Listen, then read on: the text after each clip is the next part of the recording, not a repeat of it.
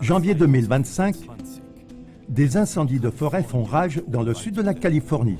Et la conclusion de cette étude est que le changement climatique a augmenté le risque d'incendies de forêt dévastateurs. Les conditions chaudes, sèches et venteuses qui ont conduit à l'ampleur massive des incendies sont imputables à 35% au changement climatique d'origine humaine. 23 janvier 2025. La tempête Eowyn fait rage en Irlande.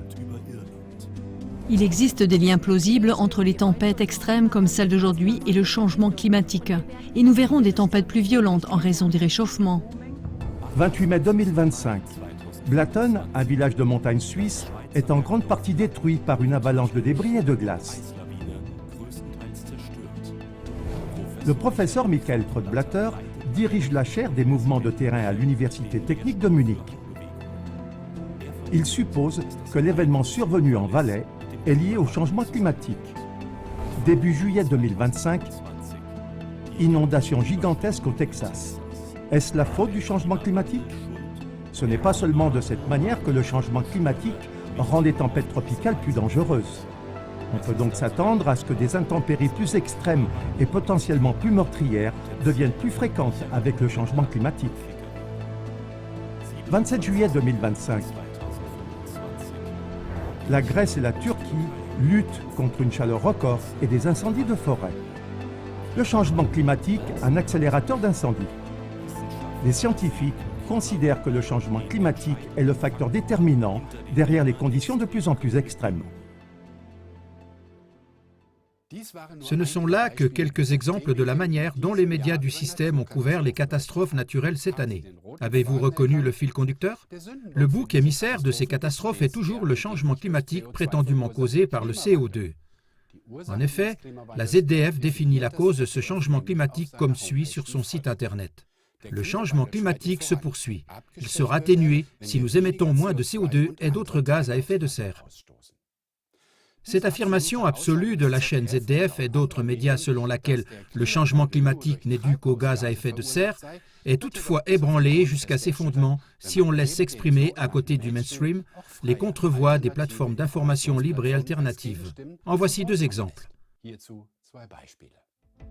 Premièrement, le documentaire de CLA TV, Le consensus climatique à la loupe, réfute l'affirmation selon laquelle 97% des scientifiques s'accordent à dire que le changement climatique est accusé par le CO2. Il s'agit d'une escroquerie scientifique avec des tours de passe-passe bon marché. Deuxièmement, le documentaire de CLA TV, des updates pour Greta, démontre chiffres et faits à l'appui que les causes du changement climatique sont tout autres. Dans de nombreux autres documentaires, CLA TV a diffusé des répliques à la thèse du CO2. En effet, des exposés d'experts fondés, dont les téléspectateurs d'ARD, ZDF et autres sont privés, montrent aussi d'autres causes possibles du changement climatique. Les trois faits suivants devraient rendre perplexe tout observateur objectif en ce qui concerne cette théorie controversée du CO2. Fait 1. Composition de l'air, le CO2 représente 0,04% du volume de l'air. Fait 2.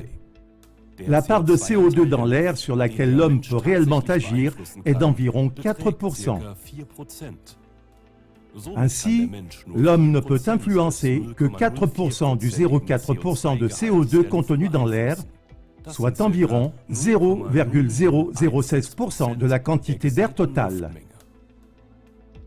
Fait 3. La part de l'Allemagne dans les émissions mondiales de CO2 ne dépasse pas 2%. Ainsi, les citoyens allemands n'influencent qu'environ 0,000032% de la quantité totale d'air via le CO2. Le sixième chiffre après la virgule peut-il vraiment sauver le climat? Qui peut encore, sur la base de ces chiffres, comprendre pleinement la vision de la problématique climatique de CO2? D'autant plus que des milliards sont injectés chaque année dans des projets de compensation de CO2. Cependant, comme le prouvent les exemples cités au début et datant de 2025, ARD, ZDF et autres continuent, malgré tous les faits, à présenter à leurs millions de téléspectateurs la théorie du CO2 comme étant un fait. Ce qui est important dans ce contexte, c'est qu'il existe des documents accessibles au public qui prouvent que l'armée, en particulier, peut réellement influencer le climat à grande échelle grâce à des systèmes d'armes météorologiques. Preuve de l'existence de systèmes d'armes ayant un impact sur le climat. Premièrement, le Parlement européen. Le Parlement européen confirme dans un rapport du 14 janvier 1999 intitulé « HAARP, un système d'armes qui affecte le climat », l'existence d'armes météorologiques dangereuses. Voici de courts extraits de ce rapport hautement explosif. HAARP peut être utilisé à de nombreuses fins. En manipulant les propriétés électriques de l'atmosphère, il est possible de contrôler des forces considérables. Si cela est utilisé comme une arme militaire, les conséquences peuvent être désastreuses pour l'ennemi. HAARP permet de charger en énergie une zone bien définie, des millions de fois plus qu'avec n'importe quelle autre énergie traditionnelle. HAARP peut provoquer des changements dans les conditions climatiques. Le système peut également affecter l'ensemble de l'écosystème. Une autre conséquence grave de HAARP est l'apparition de trous dans l'ionosphère causés par les fortes ondes dirigées vers le haut. Deuxièmement, la Convention ONU-MMOD, connue sous le nom de Convention sur la guerre environnementale des Nations Unies. Voici un extrait de la Convention ONU-NMOD de 1976 qui illustre les possibilités offertes par l'utilisation de techniques de manipulation de l'environnement. Tremblements de terre, raz-de-marée, perturbation de l'équilibre écologique d'une région, modification des structures météorologiques, nuages, précipitations, cyclones de différents types et tornades, modification des structures climatiques, modification des courants marins, modification de l'état de la couche d'ozone, ainsi que modification de l'état de l'ionosphère. Troisièmement, l'ex-secrétaire américain à la Défense, William Cohen. Le 28 avril 1997, lors d'une conférence sur le terrorisme à Athènes, Cohen a confirmé l'existence de ces armes qui modifient le climat. D'autres s'engagent même dans une sorte d'écoterrorisme en modifiant le climat, en créant des tremblements de terre, en activant des volcans grâce à l'utilisation d'ondes électromagnétiques. C'est réel et c'est la raison pour laquelle nous devons intensifier nos efforts antiterroristes. Quatrièmement, de nombreux brevets confirment l'existence d'armes climatiques. Il existe des centaines de brevets météorologiques américains pour des technologies de manipulation de la météo. De nombreux brevets, par exemple le brevet américain 4 412 654, confirment que des substances hautement toxiques, comme l'aluminium, le barium ou le plomb, peuvent être pulvérisées sous forme de poussière fine par les avions, ce qui a une influence massive sur la météo. Ces brevets américains très coûteux ont-ils vraiment été déposés sans jamais être appliqués? Probablement pas, car de 1947 à 1978, 110 programmes de manipulation météorologique ont déjà été approuvés par le Sénat américain. Un document de l'US Air Force datant de 1996 indique clairement l'objectif. Nous contrôlons la météo jusqu'en 2025. Ces documents prouvent sans l'ombre d'un doute qu'il existe depuis des décennies déjà des armes militaires secrètes capables de déclencher des tempêtes, des intempéries, mais aussi des sécheresses extrêmes et de modifier manifestement notre climat. Concrètement, il s'agit entre autres des installations d'antennes HAARP déjà mentionnées. De telles installations existent déjà depuis des décennies dans de nombreux pays, comme le montre la carte du monde qui s'affiche. Il est notamment prouvé que les États-Unis ont également procédé depuis les années 1990 à des manipulations climatiques et météorologiques avec l'une de leurs plus grandes installations en Alaska, dont le fonctionnement nécessite d'énormes quantités d'énergie. Pour pouvoir utiliser ces armes de manière encore plus efficace, il faut parfois en plus que des avions pulvérisent des substances hautement toxiques. Le fait que cela se passe réellement et ne relève en aucun cas d'une théorie de conspiration a été confirmé par Ted Gunderson lui-même, l'ex-chef du FBI peu avant sa mort.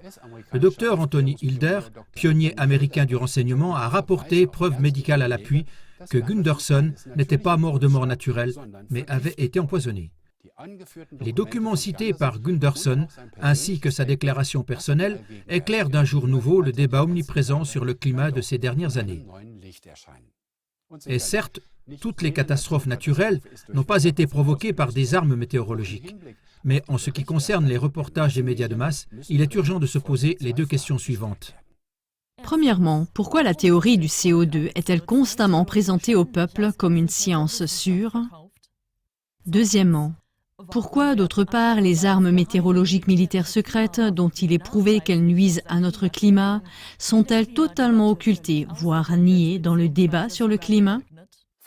Le scénario suivant donne une explication cohérente à ces deux questions extrêmement explosives. Les militaires haut placés ont toujours porté un grand intérêt à la météo, car le pouvoir sur celle-ci peut être décisif pour la guerre. Ce n'est pas sans raison que l'ex-président américain Lyndon B. Johnson a déclaré « Celui qui contrôle le climat contrôlera le monde ». Cependant, les militaires savaient dès le départ que l'utilisation de ces armes météorologiques militaires secrètes et, ce qui va avec, la pulvérisation de particules d'oxyde métallique hautement toxiques dans l'atmosphère, modifierait à long terme le climat de façon inévitable et durable. Pour éviter d'être considérés comme étant eux-mêmes à l'origine de graves changements climatiques, ils ont lancé la thèse du CO2 en soutenant des campagnes médiatiques. Tout à coup, des avertissements ont été lancés concernant un scénario catastrophe climatique dans lequel des villes entières sombreraient dans la mer, ne laissant émerger que la cathédrale de Cologne, par exemple.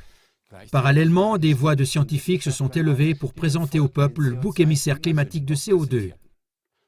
Dès lors, le CO2 indispensable à la vie a été diabolisé sous couvert de raisons scientifiques. Le commerce des indulgences via les certificats CO2, qui rappellent le commerce des indulgences de l'histoire de l'Église médiévale, pouvait commencer. C'est ainsi que ce crime est devenu au passage un modèle commercial très rentable. Comme dans un scénario de film policier, les véritables responsables des changements climatiques ont donc agi dès le départ avec un calcul diabolique et ont lancé une fausse piste.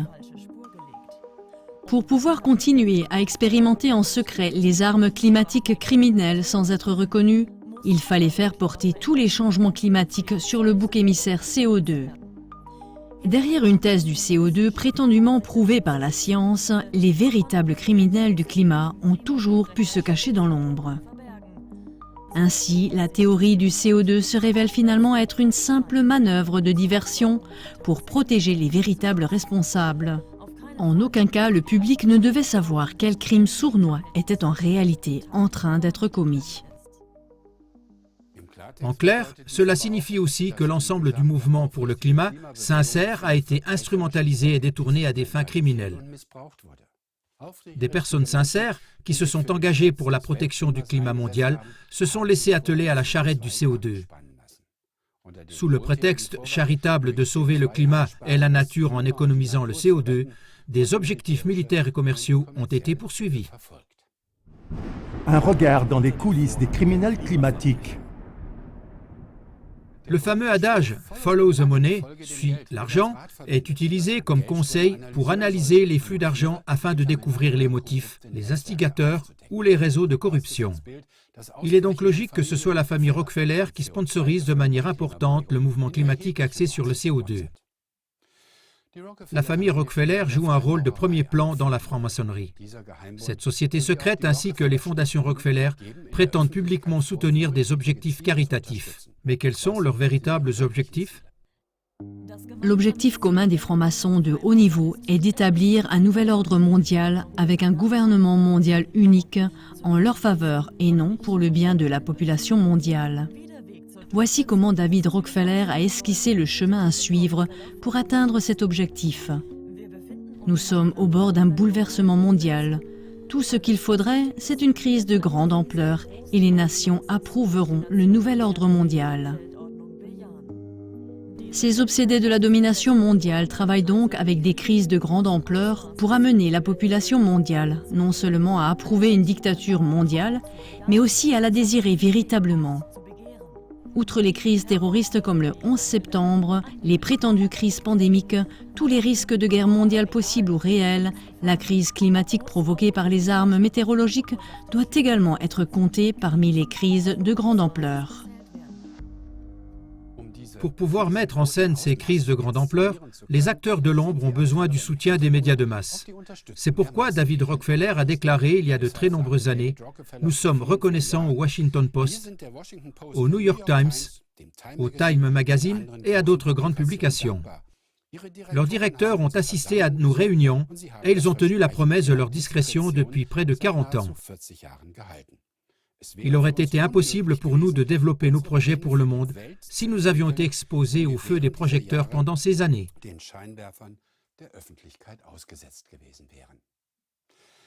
C'est pourquoi il convient de clarifier le rôle des médias de masse. Le rôle des médias à prélèvements obligatoires. L'exemple du débat sur le climat illustre très bien l'influence des médias publics sur la perception de la population.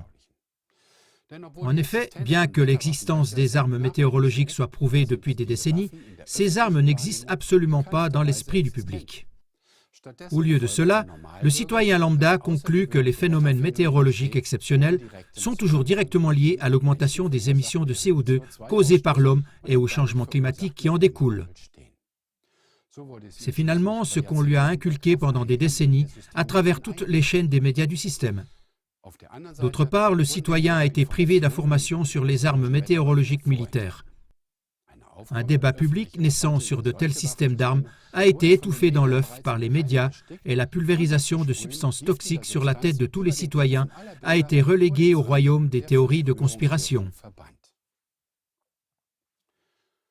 Les médias à prélèvement obligatoire servent ainsi une petite minorité et ses intérêts. Chers téléspectateurs, depuis des années, CLA-TV met en garde.